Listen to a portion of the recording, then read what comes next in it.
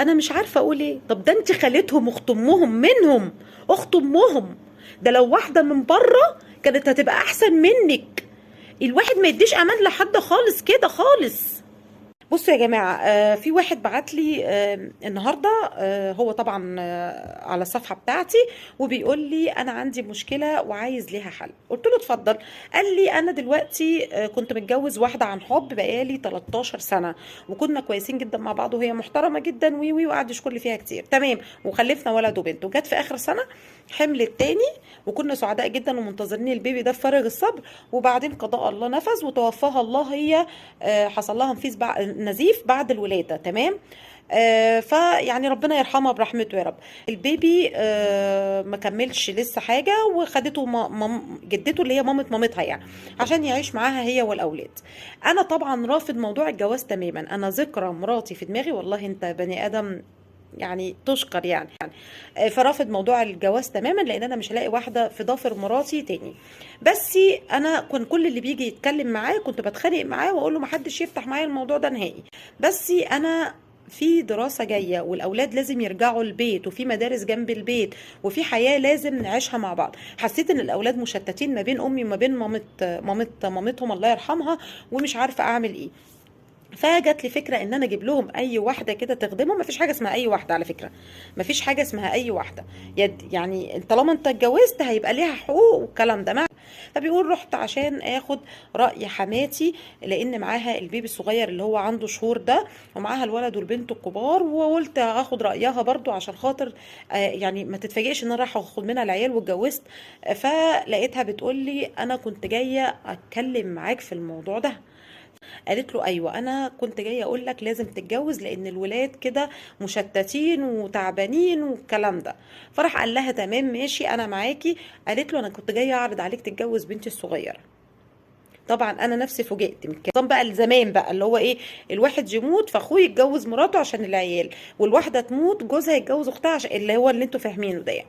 المهم، فبيقول طبعا اختها انا عمري ما اتعاملت معاها، اختها اصغر مننا بكتير جدا. فوافقت لان الاولاد كانوا مرتبطين بيها وعايشين معاها بعد وفاه مامتهم. فقلت دي اسلم واحده ان هي تيجي تقعد مع ولادي وتربي ولادي وخالتهم ومش غريبه عنهم. اول يوم جواز عملت لها فرح، وهم شرطوا عليا اعمل لها فرح عشان هي لسه ما اتجوزتش، واول جوازها والكلام ده كله. بيقول لي فوجئت ان اول يوم جواز وهي داخله الشقه بتقول لي ايه ده، انت ازاي ما تشيلش الصوره دي من هنا؟ صوره مين بقى؟ صوره اختها. يا نهار ابيض، يعني تطلع منك انت الكلام ده؟ يعني يطلع منك انت ازاي؟ ازاي يطلع منك انت؟ دي صورة أختك، صورة أختك اللي متعلقة.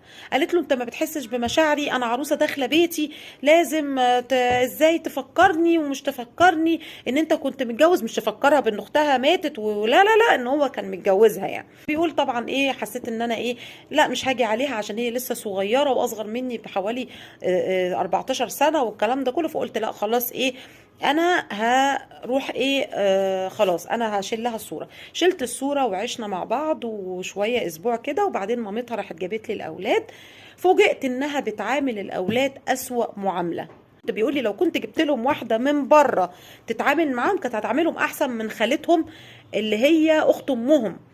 بيقول لي فوجئت طبعا، وحصلت مشاكل كتير، وكنت بروح اشتكي لابوها وامها يقولوا لي معلش دي صغيره، دي لسه مش فاهمه، دي. انا طبعا مش قادر، نفسيه العيال في تدهور، ونفسيه العيال تعبانه، وانا مش قادر على كده. انا الحمد لله لسه ربنا ما رزقنيش بينها باطفال ولا حامل ولا اي حاجه. فانا دلوقتي عايز انفصل عنها، لان انا كده كنت جايبها للعيال، والعيال دلوقتي هي والعيال دلوقتي في عداوه جامده جدا. فانا عايز امشيها عشان اريح نفسيه عيالي، مش هيبقى هي والزمن عليهم. فانا دلوقتي عايزه اطلقها وانفصل عنها. الحمد لله احنا ربنا ما رزقناش احنا الاثنين باي اطفال، فعايزه اطلقها وانفصل عنها. هل ده ظلم ليها؟ هبقى كده ظالمها؟ بص يا سيدي، لا طبعا انت كده مش ظالمها نهائي، يعني هي اللي ظلمت نفسها. اولا هي كانت المفروض تبقى اكتر واحده حنينه على الاولاد، لان دول ولاد اختها من دمها، واختها دي المفروض هي تبقى حزينه عليها اصلا اللي حصل لها كده. فالمفروض دي امانه في رقبتها من غير ما انت تتجوزها. فانت اتجوزتها وخدتها بيتك وقعدتها، المفروض تبقى احن من الدنيا كلها عليهم، ولو جابت عيال تعاملهم زي ما بيعاملوها. فطبعا لازم دي تنفصل عنها قبل ما يبقى فيه اطفال ويبقى فيه عيال، لان انت كده لو فضلت موجوده لغايه ما تجيب عيال هتبقى اسوأ. يعني هي دلوقتي بتعاملهم وحش قبل ما تجيب عيال، امال لو جابت عيال هتعمل في العيال دي ايه؟ فهو اسلم حل للموضوع دلوقتي ان انت تنفصل عنها وتروح لاهلها وتتكلم معاها بصراحه. يا جماعه لو سمحتوا قولوا له الحل في التعليقات، ينفع يسيبها ولا ما ينفعش يسيبها، وده ظلم ليها ولا لا.